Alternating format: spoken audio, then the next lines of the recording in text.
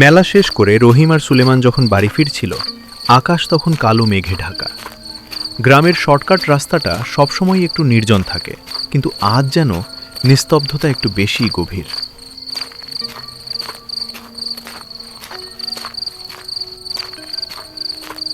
সুলেমান বলল, রহিম, একটু জোরে হাঁট না ভাই। মেলায় জিলিপি খেতে গিয়ে অনেক দেরি করে ফেললি, মা বাড়িতে চিন্তা করবে।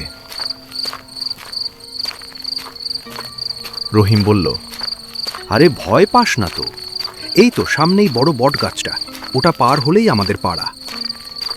সুলেমান হঠাৎ দাঁড়িয়ে বলে, রহিম থাম, ওই দেখ ঝোপের ভেতর কি যেন নড়ছে। রহিম বলল, শিয়াল হবে হয়তো, তুই তো একটা আস্ত ভিতুর ডিম। তারা আবার হাঁটতে শুরু করে। হাঁটতে হাঁটতে তারা পুকুর পাড়ে পৌঁছালো, কিন্তু অদ্ভুত ব্যাপার, তারা 15 মিনিট ধরে হাঁটছে, অথচ রাস্তা যেন শেষই হচ্ছে না। সুলেমান বলল, রহিম, এই পুকুরটা তো একটু আগেই পার হলাম, আবার এখানে কেন? আমরা কি গোলক ধাঁধায় পড়েছি?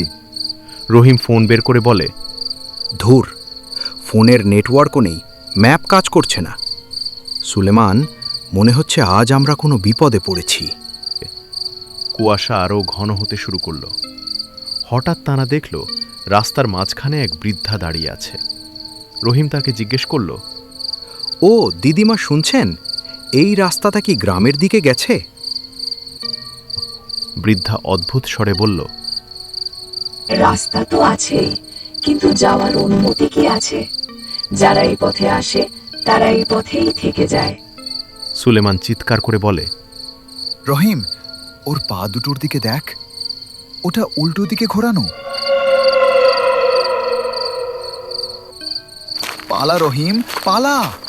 তারা পাগলের মতো দৌড়াতে লাগল, কিন্তু যেদিকেই যায় সেই বৃদ্ধার হাসি শুনতে পায়।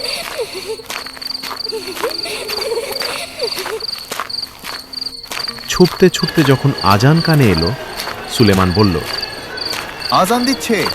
রহিম, ওই দেখ আলো দেখা যাচ্ছে।